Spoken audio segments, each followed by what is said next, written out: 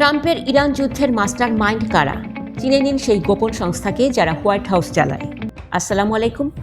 Donald Trump যখন ইরানের বিরুদ্ধে যুদ্ধ এবং কঠোর নিষেধাজ্ঞার ঘোষণা দেন, তখন আমরা ভাবি এটা তার একার সিদ্ধান্ত। কিন্তু আপনি কি জানেন, ওয়াশিংটনের এক অন্ধকার ঘরে বসে একদল মানুষ এই যুদ্ধের ছক আগে থেকেই তৈরি করে রাখে।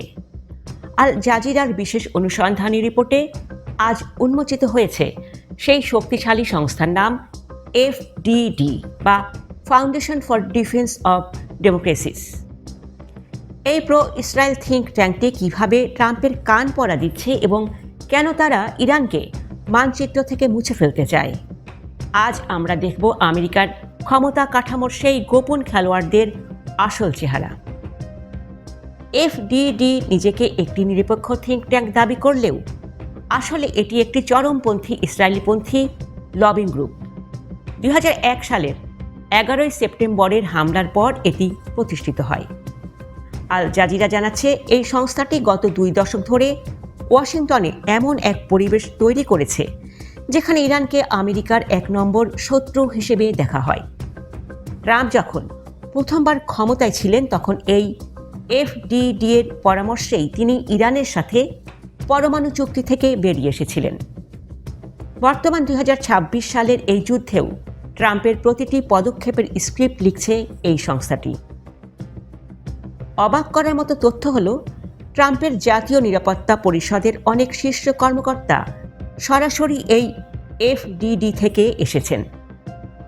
এই সংস্থার প্রধান নির্বাহী মার্ক ডাবোভিটসকে বলা হয় ইরান নিষেধাজ্ঞার স্থপতি।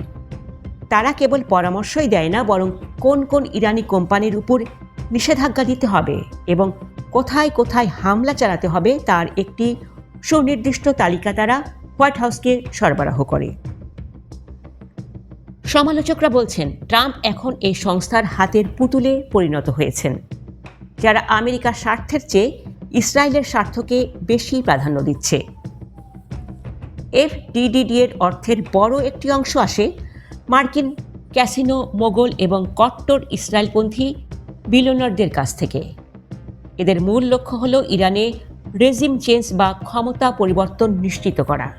এই সংস্থাটি প্রচার করে যে ইরানের সাথে কোনো আলোচনা বা কূটনীতি সম্ভব নয়, কেবল সামরিক শক্তির সমাধান।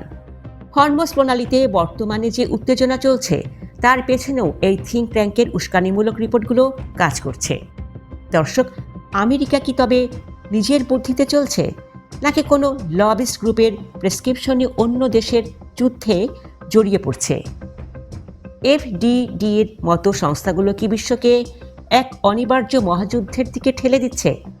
আপনার কি মনে হয়, ট্রাম্পের কি উচিত এই থিঙ্ক ট্যাঙ্কগুলোর প্রভাব থেকে বেরিয়ে আসা? কমেন্টে আপনার মূল্যবান মতামত জানান।